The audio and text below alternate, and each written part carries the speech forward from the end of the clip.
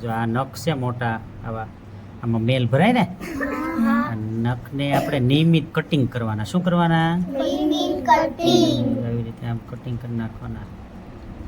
મેલ જે છે હા, આપણે આંગળામાં પછી આપણે જમીએ ત્યારે જમવામાં પણ આ મેલ જે છે એ આવે ને, એટલે શું કરવાનું? આપણે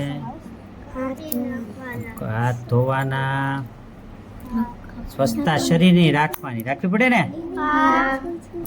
ટાઈમે નાહવાનું, ટાઈમે જમવાનું. નવરાવશે ને?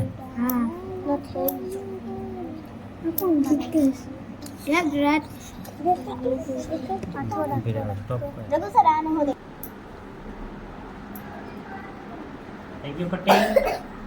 ચાલો બીજો હાથ લાવો. આમાં બહુ મોટા મોટા છે. ભરી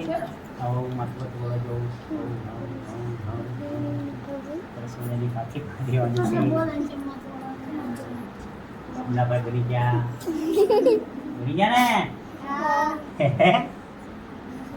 પાછી પાડવાની.